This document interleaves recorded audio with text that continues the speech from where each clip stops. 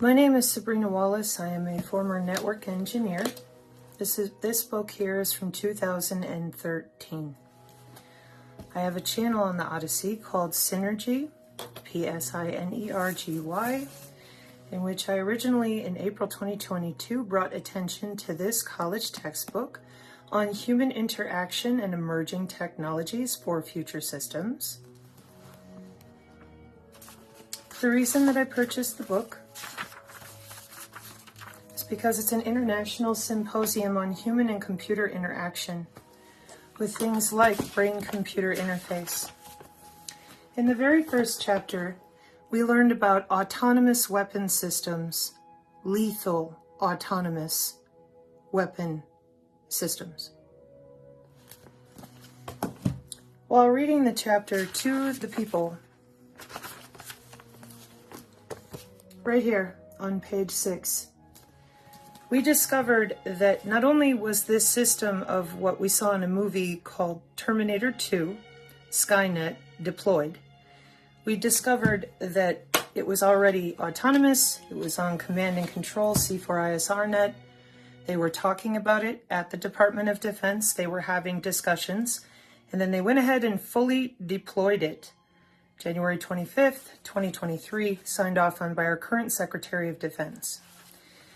Now, I'm going to read to you what it says. It was a long time ago. I made a sign so that we could read together, okay? Because this is really important that you understand. AI has been running this since 2012 with an update in 2017.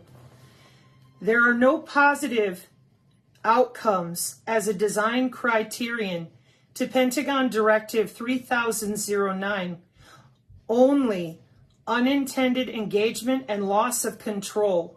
No positive outcomes, only unintended engagement and loss of control.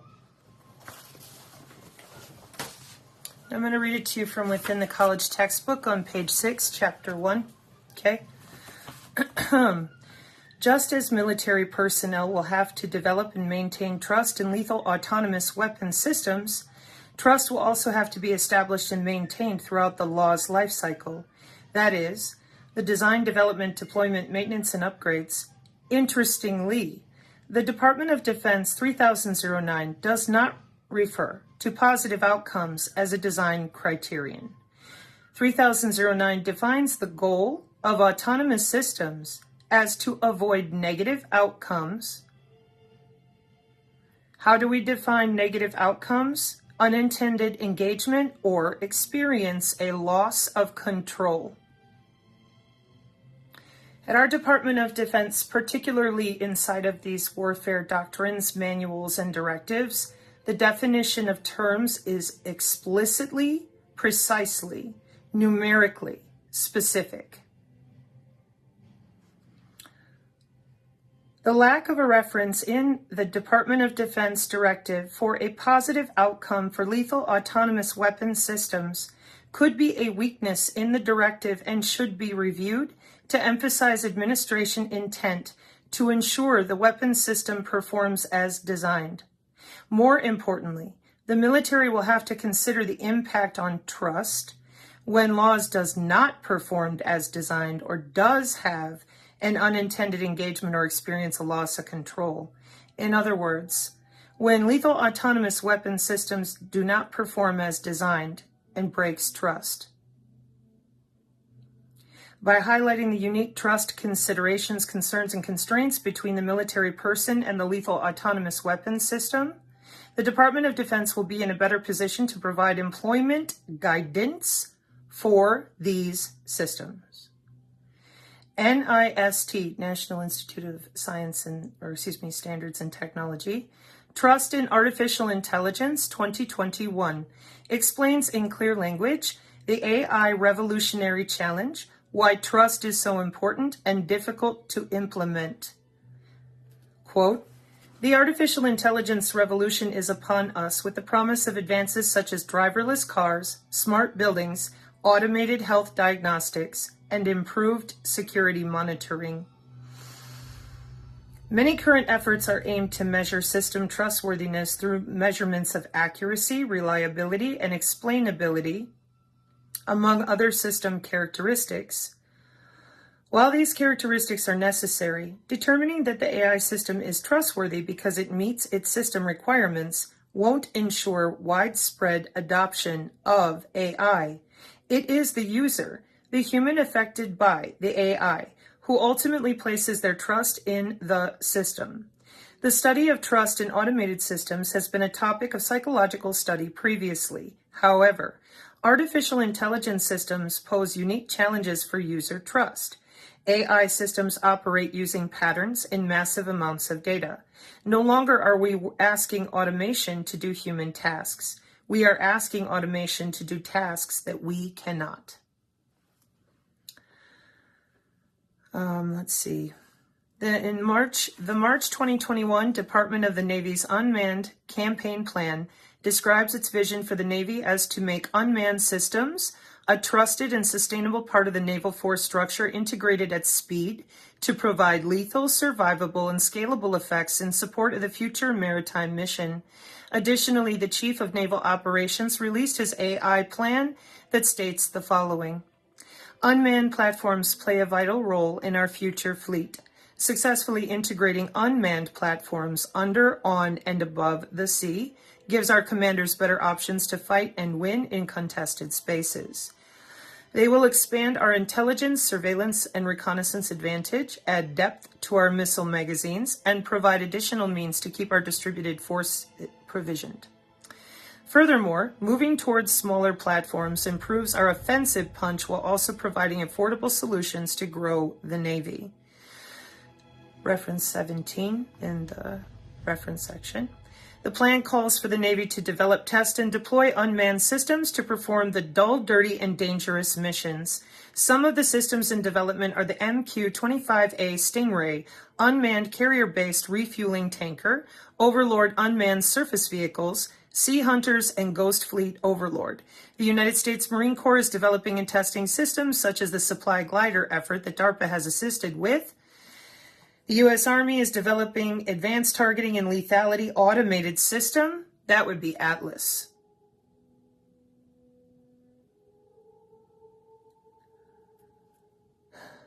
Which will use artificial intelligence and machine learning to give ground combat vehicles autonomous targeting capabilities.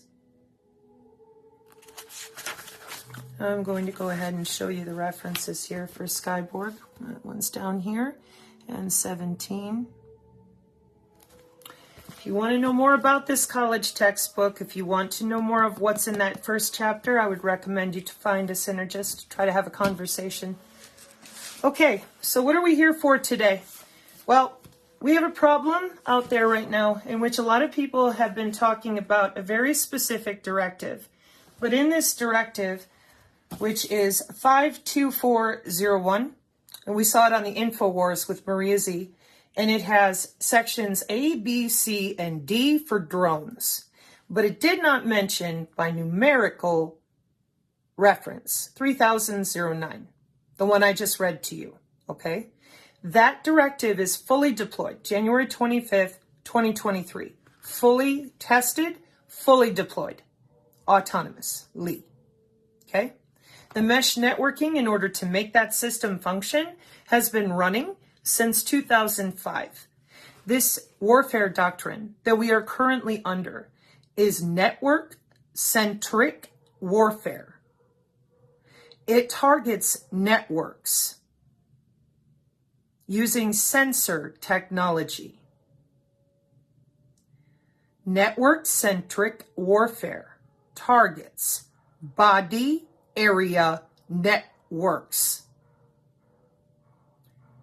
This doctrine of war has been fully in place with our global information grid that is watched over by Strategic Command. Since the 90s, it has had ongoing upgrades with the DIA and all affiliated agency that use our Department of Defense Defense Information Systems networks with DISA and CISA. So, When Maria Z went out there, allegedly on somebody's Substack, they had posted, an update to a directive. And I'm going to try to make this a little easier for people to understand, okay? 5240.01. And Maria Z parroted whatever it is that this person did not fully comprehend. This is a problem. They told people that the Department of Defense would be able to come in, kick your door down, do things to you, take physical action against you in your home or in your town. Other people said, we still have posse comitatus. They can't do that. They have to work through and with local law enforcement unless the president signs an insurrection act or there is an act of Congress. Then they told people that our military is coming for your guns again.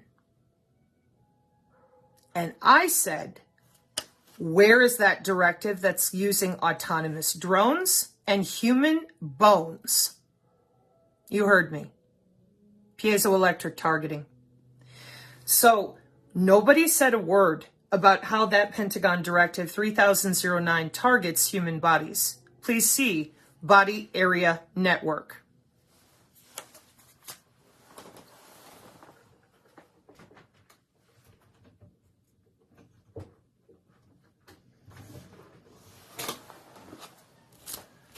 This is the Synergy Tech Metric PDF, courtesy of a friend who's helping me for free. She has made a Google Drives or Google page for all of our PDFs. This is the main one because there's nothing in here except documentation from the wireless industry that is properly in alignment, not only with Pentagon directives and healthcare, but the wireless industry's forward deployment of 6, 7, 8, 9, and 10G test beds for Agenda 2030 and the C40 Cognitive City initiatives.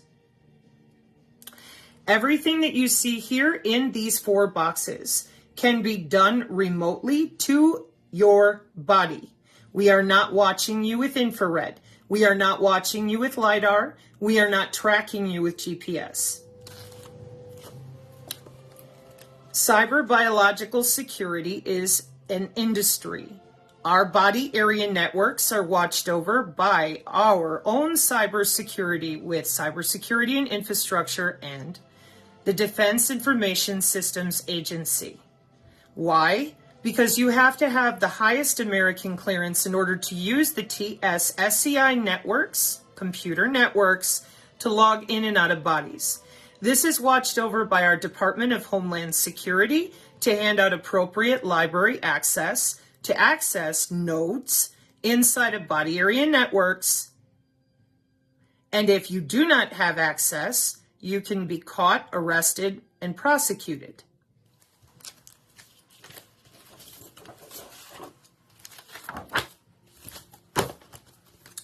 While watching what has been going on in Israel, people wanted to know, how is it that if I'm standing next to another person, the signal only hits me? When you are sitting at a table and your cell phone rings, do the party members you are seated with, do their phones ring? There's your answer. Then people wanted to know, how is the body being targeted? Bioelectromagnetic algorithms that measure the body's bioelectricity with biological signals, perturbating the human biofield. It's a piece of anatomy. The bioelectromagnetic algorithms are then written into our normal classified machine learning, naive Bayes, and all classifiers of algorithms, and then the machine learning is what reads what's going on under your skin and reports it back to a database called your digital twin that the Department of Defense has been working on and with for 50 years. These biosensor systems are very robust. They are part of our current network-centric warfare doctrine. They also are what the kill box is using in order to proceed with appropriate targeting since 2005. How are they doing it? You are connected to the cloud on that same secure system backend with our government for Body Area Network, Department of Homeland Security, Cyber Biological Security. Period. Now, if you look up Body Area Network, you're going to end up on the Wikipedia and you're going to see a symbol that looks like this. That's because the nano is inside of the Body Area Network, which is inside of another network, and so forth. The sensor systems are inside of you. They are not easily accessible to hackers since bare minimum, 2011 Wiley article. Please see other videos on the channel for more information. The Rumble archive is very robust with that information. Here we are in Cybersecurity Layer 1. Here we are in Cybersecurity Layer 2. Beyond Cybersecurity Layer 2 of the wireless Body Area Networks, the Body Area Network, to keep it more simple, there is a black box procedure for up to 2 layers before it reaches the rest of the hospital, whoever it is that's ordering your biological signals to be reviewed with their proprietary software on their phone or their device or whatever else. 2 layers. So technically there's 5 layers, but if you're not working in security, cyber biological security, you're not going to know that or ever see it. That way hackers cannot easily get back and forth between right here. The cyber biological security on the biosensors is even more intense. That is why it is written with that supervised machine learning algorithms for bioelectromagnetics, prediction models, and feature selection techniques using data from weak radiofrequency radiation effect on human and animal cells for synthetic aperture radar and any measurement that we want from a biological signal. This was the reason for your new graphene healthcare, but graphene is not the only material that is in use to make the transduce, the transduction of transmission and reception of electrical signals through the body easier. One more time. This is game theory using computer networking and your body. There is not only one place on the body that the biosensors load a signal. There's a radio frequency sink, there's a biosensor head node, and then multiple other networks inside and outside the body in order to establish the appropriate criteria for the kill box. We set a perimeter, then we extract our measurements. They use modeling software to make sure that all of that goes off without a hitch. The sensors are split up into multiple categories. The nanotechnology is there as a redundancy network, meaning that if other networks fail, this one doesn't. It's in your interstitial fluids, your interstitium. That's right underneath your skin, which is right underneath that biological field that is electrical and magnetic, that allows electronic and electromagnetic warfare to be fired from a low Earth orbit satellite, possibly bounce off a high altitude platform. And here's you standing down there on the ground. This is MOHRS, Moore's Circle Math, for our trajectory of aim and fire. Your Internet of Space things and your galactic networks are actually right here. We have CubeSat, we have low Earth orbit satellite, we have, of course, Elon Musk satellite systems. They are using body area networks and sensor technologies. This is our current warfare doctrine in the United States. It is network-centric warfare. What I am showing you right now is why, along with the Agenda 2030 system. Energy harvesting out of the human body. And last picture here before I go into this, sensors open system architecture is what they're using. All 5 branches, international, all of it. Today. Electronic warfare has been running just fine for 60 years, not a problem. So when I saw this InfoWars grim-faced Maria Z get up there and tell people with images of Australia on fire that they were coming with their guns, with our military to knock down our doors, and the only way that that wouldn't happen is if, again, nobody signs the Insurrection Act and nobody goes to Congress. I was completely lost. That's not even our current doctrine of war. And then a bunch of people on YouTube and elsewhere continue to talk about this 5240.01, no reference to the 1982 5240.1R with sections 12 and 13, where the updates are for if humans get in the way. No references at all to section D, as in drones. Everybody highlighted the section where they think that the military is coming to take their guns away. We don't even need your guns. We don't use guns. We're using electronic and electromagnetic warfare since, again, bare minimum, Desert Storm. The lay people term for these weapon systems, voice to skull, MK Ultra, anomalous health incident, most recently in Congress. These are weapon systems using our phase array missile defense and SAGE radar. This is no hee-haw. This is ISR. So, this is where I'm going to show you again that my great uncle, whose jacket I'm wearing, was part of your X-class projects. You know them in the lay people term as black projects. He was 3750th Technical Training Group at Shepherd Air Force Base as first class air mechanic. Okay. And he was also involved with Aberdeen Proving Grounds. It says 6570th Test Group Chemical and Ordnance for Air Force Armament Center, Aberdeen Proving Ground in Maryland. Doing what? I have no clue. I asked you people to explain this. None of you would. So, okay. But those are X-class projects. Now, what does that have to do with sitting here in front of you now? Well, in 524041, in section D for drone, that section is referring to a human tethering a drone. That's why 3009 was not written there numerically. So now we're going to deal in the real doctrines of war and how the Department of Defense organizes its data so people know how operations flow and who and where they can fire upon. Okay, so step one, you need to understand some terms. The law of war equals a warfare doctrine. And a term that most people have heard of is rules of engagement. Our current warfare doctrine is network-centric warfare. The law of war is what governs the rules of engagement, particularly for civilians. Now I'm going to read this to you.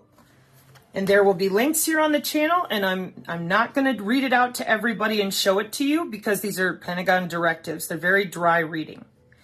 The Department of Defense Law of War, Chapter 6. The law of war does not require weapons to make legal determinations, even if the weapon, e.g. through computers, software, and sensors, may be characterized as capable of making factual determinations, such as whether to fire the weapon or to select and engage a target. So in the Department of Defense Law of War, Chapter 6, your lethal autonomous weapon system for network-centric warfare is regarded the same way by the Department of Defense definition as a landmine. AI, in the Department of Defense's current war manual definition, is regarded the same way as a weapon like a landmine. Almost no similarities, except that they are both considered weapons. So Section D, inside of this directive, that you need the Insurrection Act or an act of Congress to properly activate, 5240.01. In Section D, as in drone, in Pentagon Directive 524001, that you've all been yammering about for a week inappropriately, scaring people. You left out the real directive with the real warfare doctrine, because if rules of engagement are what dictate whether or not they can engage. We have a literal Skynet system running since 2012, updates in 2017, the Joint Artificial Intelligence Commission telling everyone to get in on AI in 2020, with General Raymond from Space Force, with Secretary of Defense Mark Esper, and they're all using it with brain-computer interface and other types of mesh networking interface. That would be more sensor technology. So when you go out there and tell people that we're going to have physical armed service members able to raid their front doors, that are going to come and fight them for their guns, it's asinine. Pentagon Directive 3009 can do whatever it wants because it's protected legally. It is the current network-centric warfare doctrine. Now, wait a minute. That does not mean that our Secretary of Defense and, of course, our Boeing planes and other things, that they do not have ways to double-check some of these signals. But the majority of the system is machine learning, AI, and if you don't have a login for these things, if you're not watching it, you won't have access to that. That's a military operations center versus a network or a secure operations center. So, the human combatants have constraints. Lawful order in order for the Department of Defense to act on U.S. soil. So you have to have that posse comitatus. Again, you have to sign the Insurrection Act or you need an act of Congress. So in other words, 524001 has nothing in it where they can do anything without removing posse comitatus or getting an act of Congress. But Pentagon Directive 3009, that's been deployed since 2012, running with full deployment via Kathleen Hicks, Secretary of Defense, since January 25th. This directive is regarded like a landmine. It's not going to be held accountable. What? The drone. So when we lie to people and we do not explain to them what the manual of war for our current Department of Defense directives, we end up scaring people, leaving them helpless, having them preparing their homes and minds for warfare we are not using. Not even using GPS. We're using biosensing and sensing technology with position navigation and timing on the ultra-wideband, with radio access networks and all sorts of ways to throw those electrical signals around you and through you. Now, I appreciate that there's a lot of people out there that think that once we have an election, that things are just going to be 1995. I'm sorry. I truly am. But those of you who have put us in this position and those of you who refuse to read, by now you should know better. So, please update your friends, neighbors, and selves. The government currently does not have operational procedural authority to come kick at your door and take your gun. But a drone can fly over your home, render you inert in your bed, or interrupt your intracardiac network using intra-body communication. Then what are you going to do? You can't live in a Faraday bag. There are shielding and blocking effects that all of us can do to our home. But ultimately, the signal is generated by the vibration of your DNA resonance. That is what the bioelectromagnetic algorithms are measuring. It is not about what you're wearing, what you put in your mouth, what you have on your body, haptic gear. The systems in electronic warfare use that mesh networking at the molecular scale. That's why the Department of Energy is often involved. If you have any further questions or concerns, please consider seeking the channel, seeking a synergist, and updating your mind with appropriate directives explained with appropriate procedural, precise indicators of our manual of war for the Department of Defense. Please do not spread any further fear and propaganda.